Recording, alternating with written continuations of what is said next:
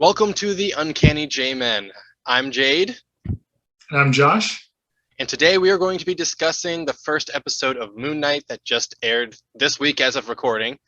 Who knows when you are watching this, but we just watched it one or a couple times to really get into it. Well, we're going to discuss kind of just open forum, see what we're able to talk about, what really stuck out to us, because they gave us a lot in one episode already, but obviously there's still going to be so much to come.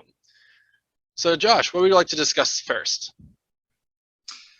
So before we jump in, though, I do want to say, warning, this is going to contain a lot of spoilers. We are Very going to be good going point. over a whole episode. So it'll contain spoilers for the episode that just took place. If you haven't seen it, watch it before you watch us. We also will be containing some information that we know about from the comics of Moon Knight. So if that is something that bothers you as well, you may want to wait in watching this as well, as some of the stuff we're bringing up could potentially show up later in the show. We don't know. But we do want to give that warning right off the bat. Thank you. But the first thing I want to bring up, the way the show started, I feel like they were telling us right from the get-go that this is going to be a different type of MCU property. We start with Arthur Harrow smashing glass, sticking it in his shoes, and walking around. So there's going to be some darkness to this, unlike what we've seen in the other shows, in the other movies. And they're really committing to the idea of show, don't tell.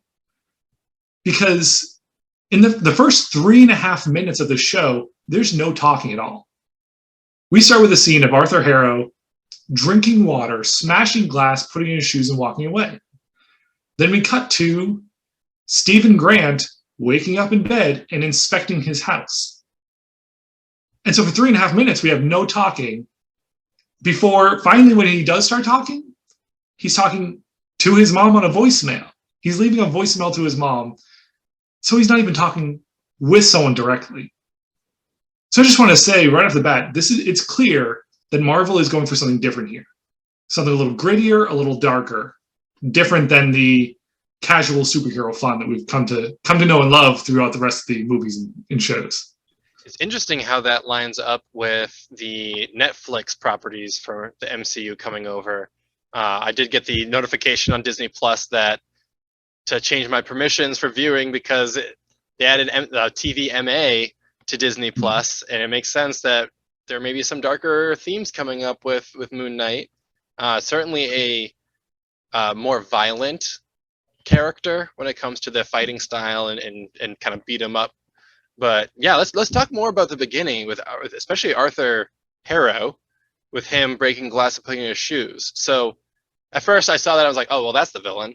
But while it cues you into that, it also does something else. So it's kind of showing the character and how he may have some kind of obsession with pain or self-control or something around that. We haven't seen more of it yet, but we definitely see that he's a very calculated, very cool, very relaxed character, not the grandiose, crazy characters we tend to see in Marvel properties. Right. And I feel like there's two pieces to that pain. One, he doesn't tell anyone about it. He does it off in secret, puts it in his shoes, and then he continues throughout his day walking around with that, never revealing to people, I am putting myself through physical pain at this moment. He keeps that to himself, showing that this is an internal discipline. Whether this is part of his penance and his following of his deity, or if this is some sort of a reflection just trying to make sure that he can't ever let anything get to him. It is a very interesting point. But it also kind of harkens back to his role in the comics. I don't know if you've read the comments or seen the comics with him in it. I believe he's only in one comic. So I believe he's only in one comic. And in that one comic, he is trying to cure pain. Okay. So it's interesting. It almost feels like, okay, so this is the comic Arthur Harrow trying to figure out how to cure pain. Now, we come to find out it's clearly a very different character than what we see in the comics, because the comics Arthur Harrow, one side of his face is paralyzed, and that's putting him through immense pain. And so it's kind of a desperation experiments that he's doing on people that he kidnaps to try and figure out how to cure pain for his own sake, because he wants to cure his own pain. That is not the case here. He is willingly putting himself into pain, and his face is fully functional. He also seems to have what at least he believes is a higher calling than in the comics. So it is clear it's a very different character, but it still kind of does have that allusion back to the character that showed up briefly in the comics. Interesting. So they're kind of taking a smaller character from the comics and giving them greater purpose and evolving the character, which Marvel MCU has been fantastic at doing, and kind of bringing in Amit. I think it's Amit. It's spelled differently. I've read a couple of Moon Knight comics where they spell that deity's name differently, depending, like Emmet, Ammit. I think there's a reason for that, but it confuses me every time, to be honest. But like having him be more of a vessel, I think they might have called them avatars in the show, maybe having like that partial power of the deity, which is why he's able to suck the soul. Is that what he did out of that old lady? Oh, it's almost like he dried her out, like almost mummified her in a way. Yeah. Which definitely fits with the whole mythos of that Egyptian mythology that's in here. So yeah, he definitely has some powers. They added that foreshadowing with the little girl in the museum saying about putting the hook up the nose, taking everything but the heart, because you need the heart to be judged. Well, now people are being judged live and mummified, I guess. Like it may be a form of mummification based on that tattoo and the cane that has Amit's visage on that cane. And yeah, and talking about that little girl, I just have to say, she was a little strange. Like, I'm not sure if they intended for her to be an odd character, but like her line of like he says about that you have to be judged to see if you can go into the field, and she's like, "Did it hurt when you were rejected from the field?" And it's like, wow, that's a really weird comment to say, because he's clearly not an ancient Egyptian, and he's clearly not dead. But, or is he? Yeah. So more comic stuff here. So in the comics, just so you give some background on why that makes a lot of sense and why that's a very cool thing for the girl to say.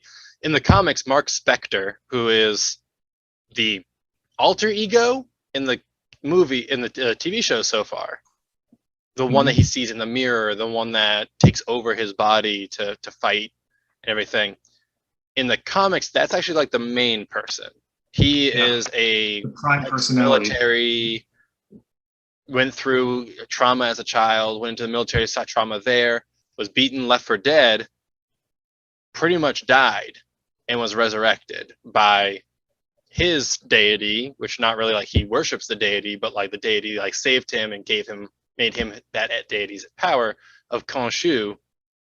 I'm not sure if I'm pronouncing it right, but Khonshu, that thing that we're seeing, that bird skull, extra tall mummy thing that we keep seeing, is Khonshu, the moon god. And he questions it when the girl says this. He says, "Well, that's a strange thing to ask, since I'm not dead, am I? Am I?" Like he says it twice, and the second one's a question. He has that upward to show like it's almost like he's not certain of that answer. So very interesting illusion there. Oh, and there's so many illusions. I just want to quickly point out, because it's done many places. I won't point out every single one, but the number 3 is very important. Things are found in threes. His mirror, which I think is the best part. I want to point out this one specifically. The mirror he has in his house is split in 3, and you see all like him when he's looking at it, you see 3 faces of himself. Most of the time in the comics, he has 3 personalities, or 3 people inhabiting him. Or he's got the mercenary, which is Mark. Then you got this shopkeeper, which the name they're using for this is actually interesting, because it was the name of more of like a billionaire character in the comic books. So they're kind of switching off of that and making it more supernatural instead of a billionaire buying his way into having a bunch of stuff. That was kind of what they did. Is he had a lot of money, so he could afford to do everything. But in this, they're making more mythical powers. And the last one was like a taxi cab driver. And it was cool that they did that 3, and it went to 3rd floor, and you see there's a lot of things that are set up as 3s. The 3 pyramids. Yeah. You know, like there's a reason. And even in the credits at the end, you see Steven/Mark, you see his face, and it splits into 3 faces as it goes. Yep.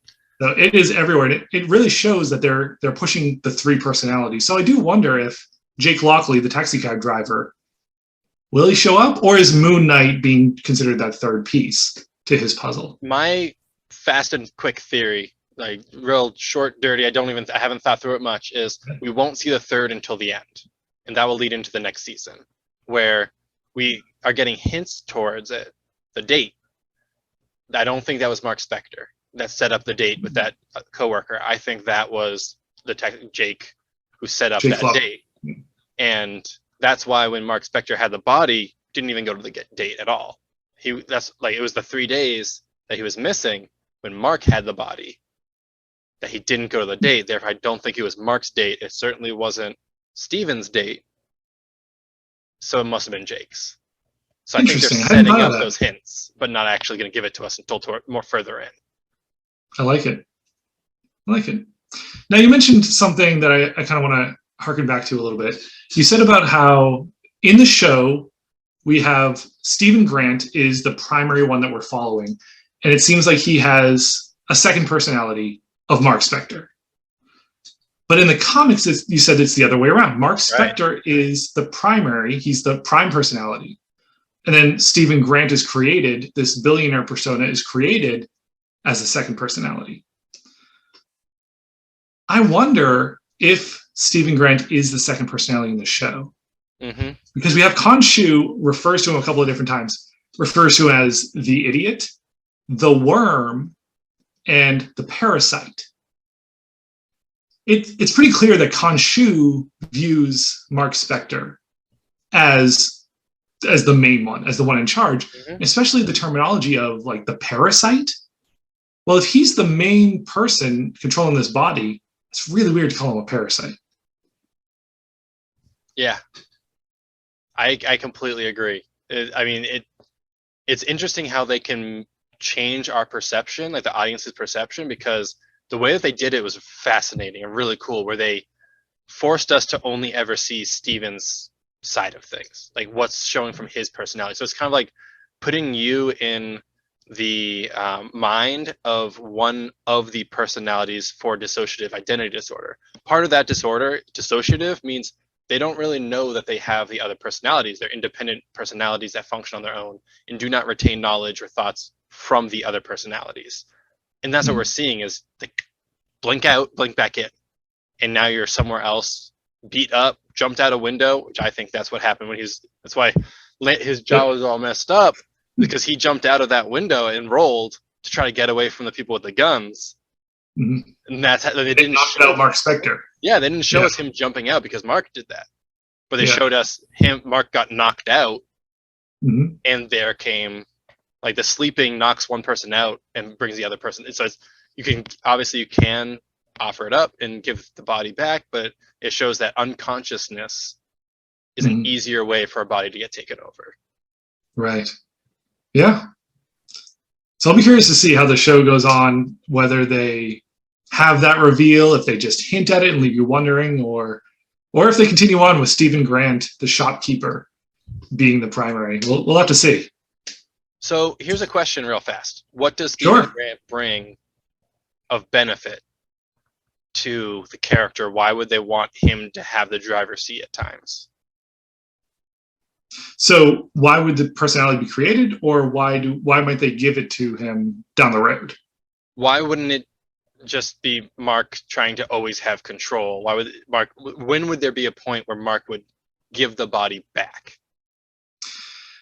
And I've thought about that as well. Part of my wonder is that Stephen is kind of what Mark wants to be. I kind of wonder if Mark Spector, he's the mercenary. He turns into the Moon Knight. He's the one who beats people to a pulp. gets blood on his hands. He does what has to be done. But I almost wonder if he kind of views Stephen Grant as kind of this maybe a younger sibling type of relationship, or father-son type of thing, but like in a protective way. So he wants to have a more normal life. And so it caused this split between the personality that he became through his trauma and a person who doesn't have to deal with that. So that he's not always locked, his form, his body is not always locked into pure adrenaline, pure fight all the time. It gives it that rest through Stephen Grant. I never thought of it that way. The way I was thinking of it was just, even though he's referred to as the idiot, he has extensive Egyptian knowledge, and they pointed that out. So I felt like at some point he'll be given the body to figure out some kind of Egyptian puzzle, some Egyptian thought, like giving that additional Egyptian knowledge to the situation.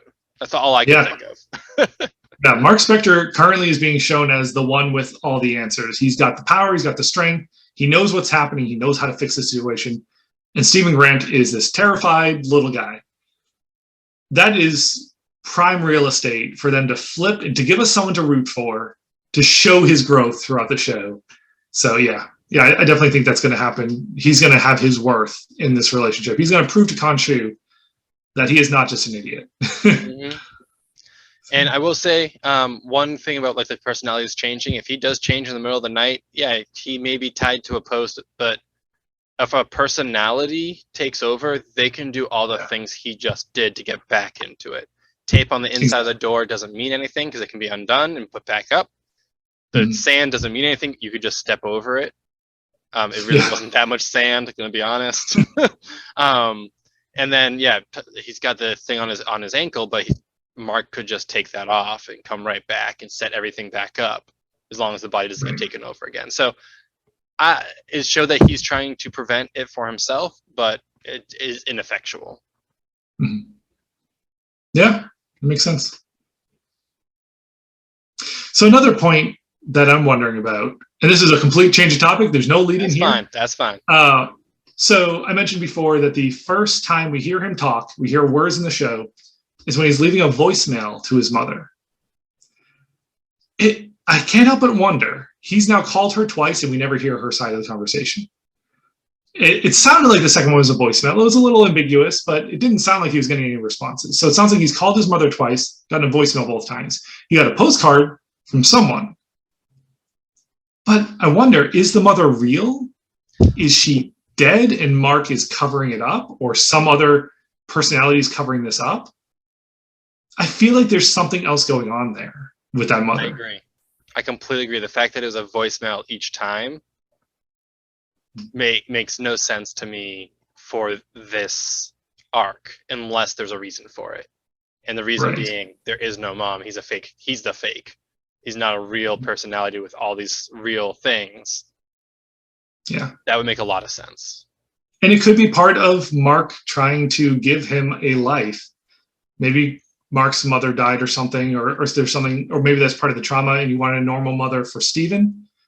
And so he set up to give Stephen a mother. And so the reason the inbox never fills up is because it goes to some line that Mark has set aside and he's just deleting them and carrying on and sending postcards to himself. What a incredible seismic narcissist. Let's then talk about, real brief, let's talk about the Statue Man. We're talking about him talking to a mom that may not exist. He's also talking to someone who can't talk back. Yeah. What's the deal there? That's a good question. It could just be that he's socially awkward. It could be that he just doesn't know how to talk to normal people and have normal interactions. And that's the closest he can come to having a conversation with someone and be comfortable about it. Yeah, I think it's a little weird. He is making sure the guy got tips and taking care of him in some ways. So the guy probably doesn't mind that much because he's got someone kind of shilling for him in some ways. But I'm wondering if at some point the Statue Man will have to be saved just from some danger. Because otherwise it's a very weird thing to put in. Like maybe some character building, but usually there's some reason put in for something, whatever it may be. It'd be interesting to see what, if anything, happens more with that. Yeah, and I did check into I believe it was in the credits that the guy was listed, and it had a name attached to that character. In the comics, it tied, and I don't remember the name. I should have written it down, but in the comics, it is actually a friend of Mark Spector's, who's a homeless guy who works as an informant. Okay. So it is a named character that could just be an allusion to the comics, but it could also be someone who comes up later. Frenchie, right? No, not Frenchie. Because that's something else I wanted to talk about, is the phone he finds in the wall, Mark's phone, that he talks to Layla. Layla is every single missed call or contact except for one. And that one is the name of a guy in the comic books that it goes otherwise by Frenchie, that is kind of his confidant, his right-hand man that helps build machinery, like for his flying or cars, or he builds some vehicle for him, helps him out, is behind the scenes to help him out a little bit. We do see that. I'm not sure if anything else is going to come from that. I think it's just a cool Easter egg that they threw in there.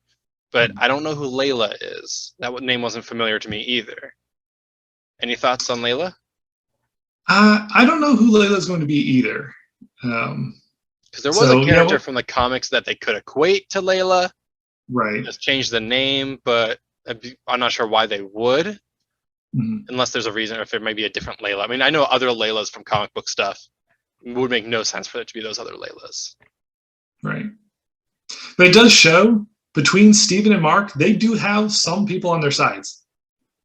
Yep. Whether it's the statue man with Steven, or Layla, or Duchamp, there are different people who could come into play later on for one or both personalities, and bring them together to help them out in different situations. So look forward to meeting these characters a little further down the road and seeing which ones come back. As of right now, we've only really got like 3 or 4 characters. Real characters in this. So that's something that's very interesting, is the shows we've seen thus far in Disney Plus, for the most part, they've been 2 primary characters, and you're watching them interact with each other. And it's the whole dialogue between the two, the interaction between the two. In a way, we have that with this show, but it's Mark and Steven. It's like, it's the same actor. He has dissociative identity disorder, and it's him interacting with himself in a way, and interacting with the world despite having these multiple personalities. So it is kind of still that 2 personalities interacting, but in a very different light. So it's a very different storytelling. So it'll be fun once more people start coming in that interact with the 2 of them, seeing how that goes. Definitely.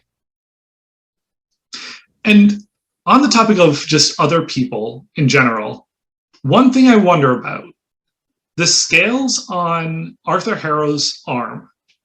So in the show, when he's judging someone about their past, present, or future crimes to see whether they're a good soul or a bad soul, where their heart lies, we, the audience, see it rock back and forth and either stop green to say they're good, or to be imbalanced and to show red. And that's part of the judgment of his deity, that of Amit, to show whether this person is being judged as good or bad. I wonder if everyone else can see that tattoo moving, or if it's just people who are tied to a god. That have kind of like that mystic sight ability. Yes. So Arthur Harrow, when he's testing people, he is looking directly at that tattoo the whole time. He's watching that tattoo to see what happens. And we see Steven looking at the guy's arm when this is happening. But the other 2 people that get judged, they are looking directly into Arthur Harrow's eyes. And they do not respond until he says something. The first guy is looking at him, not reacting, just waiting. Arthur Harrow says, "We have a good man," or "You're looking at a good man," something along those lines. The older lady, when she goes, "This is the face of the good man." There we go. And then the guy breaks into a smile. With the older lady, she's up there and she's looking into his eyes, and then he says, "I'm sorry."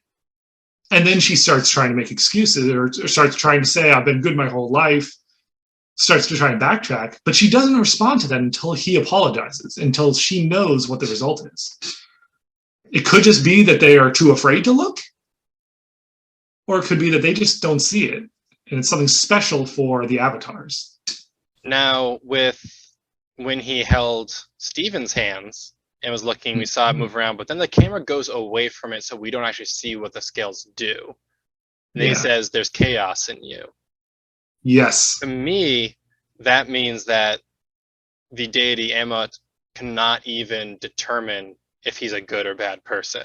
And the scales just kept on going all over the place, whatever, like, but never settled on what the entire lifetime, past, present, and future is for Mark, Steven, or Steven, Mark, or whoever it may be. I don't know if it's considering all of them separately or if it's only considering the one who really maybe doesn't have a past, maybe doesn't have a future, or does have a future and like can't settle on what's supposed to happen with this. And that could be a saving grace later. Who knows? That up against Emma doesn't have any powers because can't judge. And that's what Emma does. That could be part of where Steven comes in handy later on. Because part of the reason it's not balancing could be that Mark Spector is heavier than the feather, would be judged poorly, but Stephen Grant is a pure soul and would be judged favorably. And so that imbalance with the two personalities in one body, causing it to be unable to find a solution. Well, if Emma can't go against someone who is balanced, Stephen could show up as the saving grace there. Yeah, I can definitely see that. I also wonder about the use of chaos. Now, it's probably nothing. It's probably a coincidence. But to me, the word chaos in the MCU has a very distinct meaning now. And that's chaos magic, the type of magic Wanda Maximoff has. It could just be that it's a really good word, that they wanted to use it again. Or it could be a subtle hint to the type of magic that they are getting through these Egyptian deities. That somehow the ability to turn into Moon Knight and get that super strength and a degree of invulnerability, if that is through some sort of chaos magic, if there's literal chaos inside of him through the chaos magic. I'm not sure. Just immediately when I hear the word chaos in the MCU, that's where my mind goes. It's interesting. I didn't think about that at first when they said it. I was just solely thinking about the personalities and being judged. You never know. You never know. With Doctor Strange on the horizon, definitely gonna be dealing with chaos magic there too. Now, another thing I wanted to briefly talk about, so we don't take too much time on it, is the Scarab. We're gonna learn a lot more about that Scarab. It makes it seem like that Scarab is the key to waking Emmet, and so I imagine Steven's gonna look at that and figure more out about it. We haven't really seen it since he pocketed it and left, but even if like that Scarab, the place that he was at seems like that may have been the home base of Arthur and maybe where Emmet will be raised. But to me, as soon as I saw that place, I was thinking Victor Von Doom. That looked very, very much like a Victor Von Doom place. I don't think it's going to happen. Not here, not now. But my goodness, was that the perfect locale to be Victor's home, Latveria. I don't know what Latveria actually looks like, but that's what it looked like to me from the comics. Just I can see it someday. Someday we will get Von Doom in the MCU, and it'll be great. Yeah, I can see that. And we do know at least that the Scarab is not ornamental. That it physically does something, because when he tries to give it to them and fails, and he struggles, and one of them manages to pry it out of his hands, and then he blacks out and comes to, and they're all laying on the ground, it's changed. So he hands it to them, and it's just a ball. When he gets it back, it has the wings spread out, and it is covered in blood. So maybe he used it as a weapon, but whatever it was used for during that time when he blacked out, it changed. Its wings are now out, and it is ready for whatever purpose it could potentially be used for. But yeah, we will definitely see more of that Scarab. Now, is there anything else you wanted to talk about before we give our final thoughts on the episode and maybe where it's going or synopsis? So, sure. One more thing. Okay. What happened to the fish? I mean, so he wakes up and he realizes the fish who had one fin now has two. And I'm sure we're going to get some explanation later on, or some hint of this later on, but what did Mark do? Was it Mark? Did he kill the fish? Is it another hint towards Jake? And we're going to find out what Jake did with the fish. Yeah. Somebody killed that. One of those two, Jake or Mark, did something and killed the fish. I'm just really curious what it is. And then whichever one wants to protect him was like, oh, we got to get this guy a new fish. He loves this fish. So, I don't know. I don't think we have enough information to really know what happened there. But it's just like, that's a random thing that one of them managed to kill the fish. Anyway, so that's all I have to talk about for this episode. I mean, there's plenty more to talk about in general. We could talk for hours about this. But those are the main points we definitely wanted to talk about and kind of hint towards what may be coming and really introduce some of the characters. Honestly, I had to look up Arthur's name because they only said it a small handful of times. They say at the very beginning to start it off, and I was just like, I forgot who that guy's name already. I'm like, Ethan Hawke, the Ethan Hawke character. But we're going to learn these over, and like, when episode 2 comes out, I'm going to rewatch episode 1, watch episode 2. When 3 comes out, I'll probably watch 1, 2, then 3. I'm going to keep on just tacking them on, get all that behind me, and really understand how it works as a full set of 6 episodes. Right, 6. It's going to be 6 episodes, yep. They're going to move fast. They are, yeah. All right, let's get into real fast our final synopsis of how we felt. Was it a good episode? Did it leave you wanting anywhere? What do you think? Okay, so I am going to rate this 9 scarab beetles out of 10 of this new scoring system that I just made up on the spot. I loved it. I thought it was fantastic. I loved watching Steven try and figure out what's happening, and I've heard a lot of people say that they were a little confused at different parts of it, that some of it was hard to follow. And I could see that. It might help that I went into it knowing a little about the character and a little about that he faces dissociative identity disorder, that he has multiple personalities, that Moon Knight is one of those kind of personalities that he can transform into. So I knew I was ready for some of this to be here. I knew there was going to be some mystery element to it.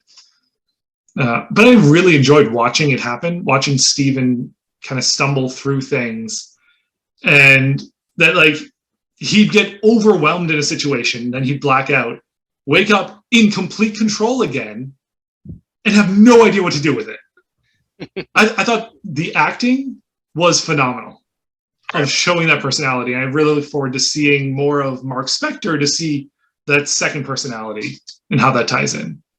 So I'm really excited to see what happens with this show moving forward. So what about you? I will echo some things there, although I'm not sure I'm going to rate it yet. So the reason I'm not rating it is because I'm very excited about the series, and I thought it was a very good first episode. But I can definitely see, with having less general Marvel knowledge than me, how it may not be as good of an episode without a second episode to follow it up. It gives that cliffhanger that I really feel like needs a second episode to draw people all the way into it. So I'm going to wait to see, as an individual episode, if I were to watch it by itself and never watch another episode, no. It's okay. But I feel like it did pique enough interest that you want that second episode to really finish up and kind of not tie a bow, because they're not going to tie a bow until the end of the season, and even then there are going to be lots of untied bows. But I feel like I want to see more before I do a full judgment on it, because it could just be my hype. But I mean, I'd rate it pretty high, like 9, around 9 or so, if I were to rate it from what my point of view is. But I want to wait a little bit longer to see how it actually plays out, see if there's more to the story that would really make that first episode feel better. Kind of like Avengers, Infinity War, Endgame. One is based on the other is based, like, they're both there together, individual So you can rate them individually, but they both build towards each other. Same thing. Right. I think this is a great building episode and kept their interest wanting a second one. Yeah, I definitely agree. I feel like this episode, a big part of it was laying out the questions. And we got 5 more episodes to find the answers. So I'm excited. I love having a bunch of unanswered questions. So This is perfect for me. Great. Well, thanks everyone for watching. We'll be discussing the episodes every week as they come out. So we'll have a discussion video up every week after we've had enough time to watch the episodes and digest and record. We'll get this up as soon as possible so that you guys can watch and let us know what your thoughts on that first episode were. Anything that we may have missed when we talked about that you want us to look at next time, or when I rewatch episode 1 as I will, let me know. I will be happy to take a look. Yeah. Have a good one. Feel free to put those in the comment section down below. Like this video if you enjoyed it, and subscribe to our channel if you want to make sure you don't miss our future discussions on these episodes. Thanks for watching.